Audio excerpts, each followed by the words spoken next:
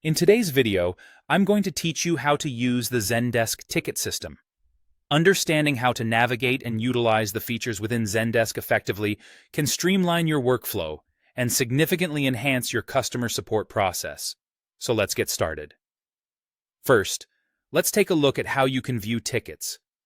Begin by navigating to your Zendesk support dashboard. On the left-hand side, you'll see an option labeled Views. Clicking on this will present you with a categorized list of tickets, typically grouped into categories such as unassigned, open, and pending.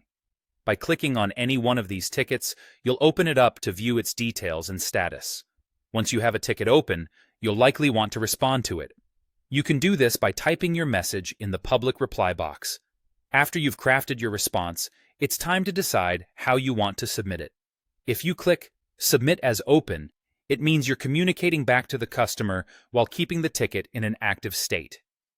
Alternatively, you can submit it as pending if you're awaiting further input from the customer. Remember that public replies are visible to customers, so if you need to add something that's for internal purposes only, utilize the internal note feature. These notes are visible solely to your team and can be perfect for reminders or internal coordination. Sometimes you'll need to create a new ticket manually. To do this, click the +Add button followed by Ticket. When you're setting up a ticket, you'll need to fill in a few essential fields. Start with the requester, which requires you to input the user's email or name. Then, provide a concise subject, which acts like a title, summarizing the issue.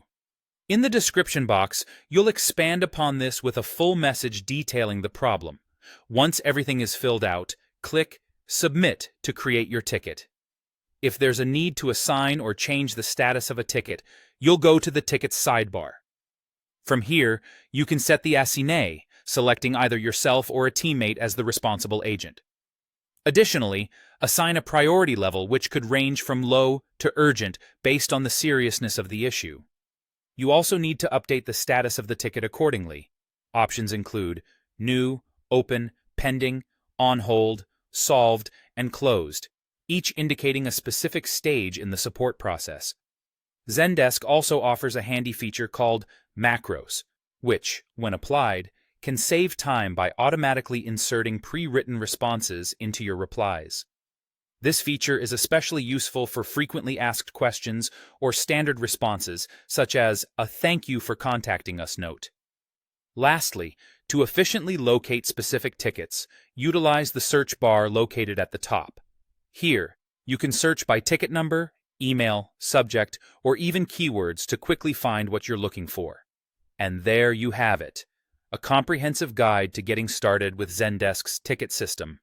Implement these strategies, and you'll be on your way to delivering exceptional customer service.